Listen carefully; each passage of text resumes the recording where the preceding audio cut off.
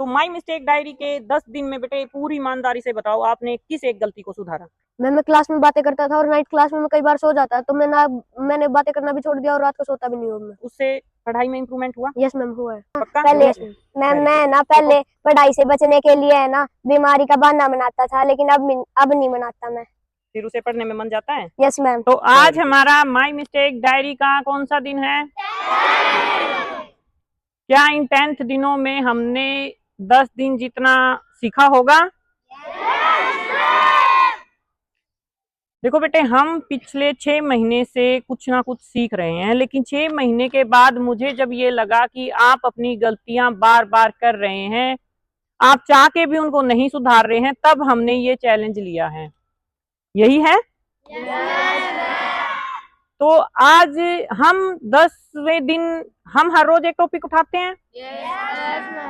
तो परसों मैंने आप लोगों को एक पनिशमेंट बोले या कुछ भी बोले, कुछ टाइम के लिए मौन व्रत दिया था, जो आप कंटिन्यू नहीं कर पाए। हालांकि मैंने मौन रहने के कारण पहले भी आपको समझाए थे, लेकिन वही बात आ गई, जब तक डायरी में गलती नहीं लिखोगे याद नहीं रहेगा। मुझसे 3 दिन से लगातार कुछ बच्चे बार बार आके बोल रहे हैं कि मैम हमें याद नहीं हो रहा, बोल रहे हैं। और वो बच्चे तो मेरे से आके बोल रहे हैं, बहुत सारे बच्चे तो ये बात अपने अंदर ही दबाए बैठे होंगे। तो बेटे, जब आपको याद नहीं हो रहा है तो वहां आके हमारी जो साइकोलॉजियन ब्रेन ट्रिक्स बोले तो साइंस में जिसको बोलते हैं, अगर हम उसको समझें तो एक ट्रिक्स होती है हमारी, जो 1 मिनट से भी कम समय की होती है, और जो मैं कई बार काउंसलिंग सेशन में आप लोगों को समझा चुकी हूँ। जब तक हमारा दिमाग मन शांत नहीं होगा, हम कितना ही पढ़ लें बैठ के, वो हमें याद नहीं होगा। उसके लिए जो हमारी साइकोलॉजियन ब्रेन ट्रिक्स है बेटे, वो क्या बोलती है, सबसे पहले मैंने सबको सिखा रखा है ना, जब आप हाइपर होते हो, नर्वस होते हो, ब्रीदिंग आउटिंग सिखा रखी है।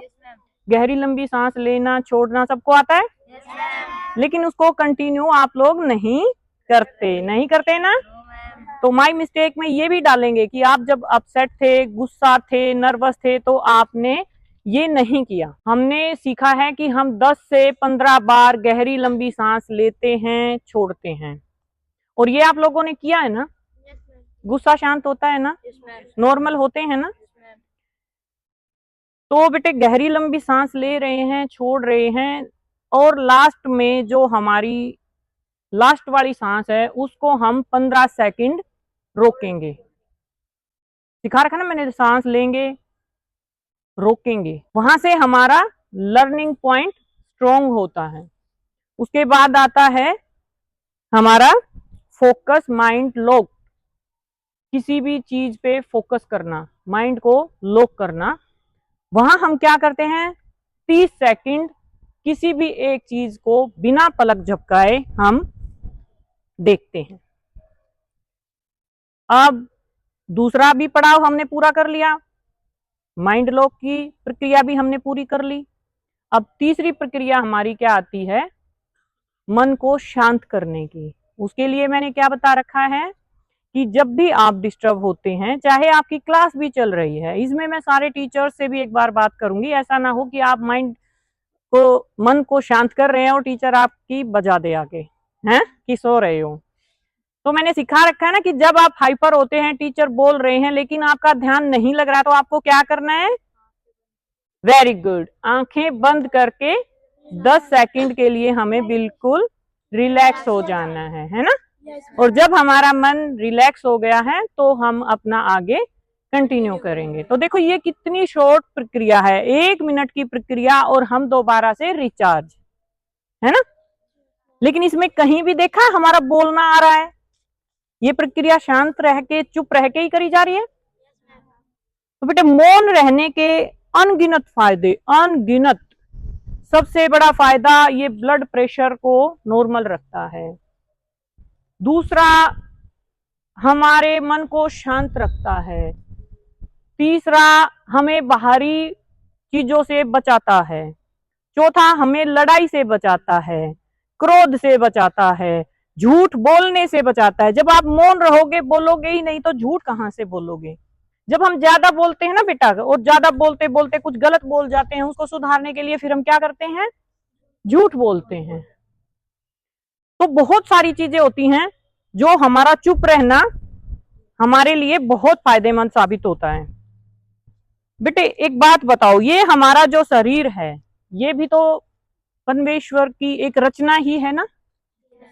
हमें मानव शरीर परमात्मा ने दिया है, उसी तरह से अनेक जीव जंतु पशु पक्षी बहुत कुछ बना है, उसका एक मॉडल हमारा मानव शरीर है। मैंने एक उदाहरण दिया था आपको जिस दिन मैंने स्टार्टिंग में मौन व्रत का महत्व आपको समझाया था, फोन का भी आप चुप क्यों रहें। अब हमारा जो फोन है उसको हम पूरा यूज करते हैं, खूब वीडियो देखते हैं, खूब रील्स देखते हैं, खूब गेम खेलते हैं, तो एक टाइम के बाद वो क्या हो जाता है, गर्म हो जाता है। गर्म हो जाता है ना। तो उसको हम फिर क्या करते हैं, थोड़ी देर के लिए रख देते हैं। तो हमारा जो मौन व्रत है, कुछ टाइम के लिए जो हमें चुप रहना है, वो हमारे ब्लड सर्कुलेशन को, हमारे अंदर चल रही उथल पुथल को शांत करने के लिए है, जो आपने बोल बोल के अपनी एनर्जी को बढ़ा ली, वेस्ट कर ली। फिर वैसे ही फिर जब फोन की बैटरी को बचाने के लिए हम क्या करते हैं,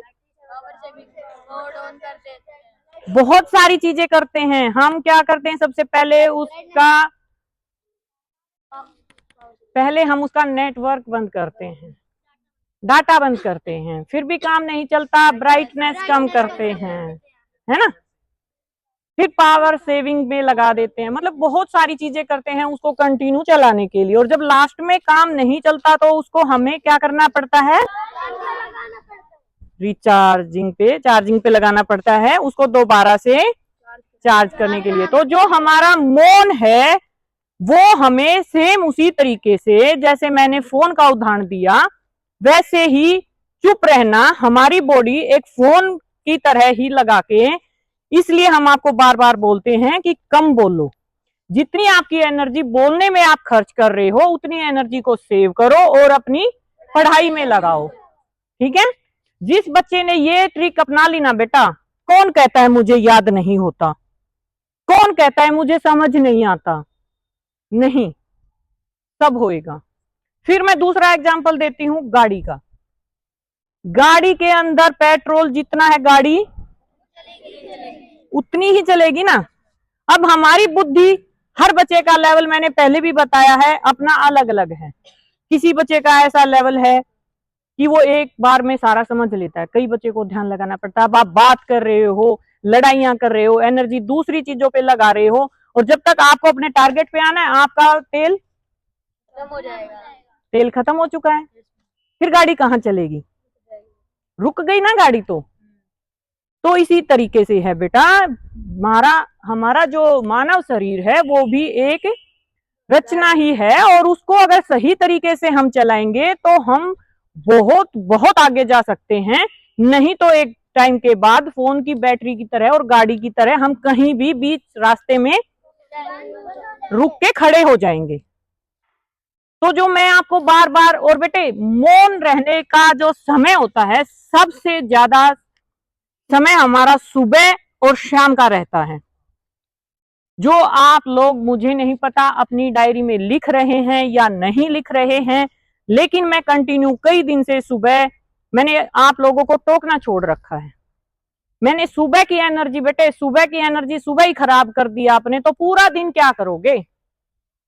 इसलिए मैं बोलती हूँ बेटे, भाईचारा बाद में निभाना, सुबह अपनी एनर्जी बचा के रखो, बोलती हूँ ना। सुबह अपनी दिनचर्या करो, जैसे बैटरी फोन को चार्जिंग पे लगा देते, वैसे खुद के शरीर को चार्जिंग पे लगाओ।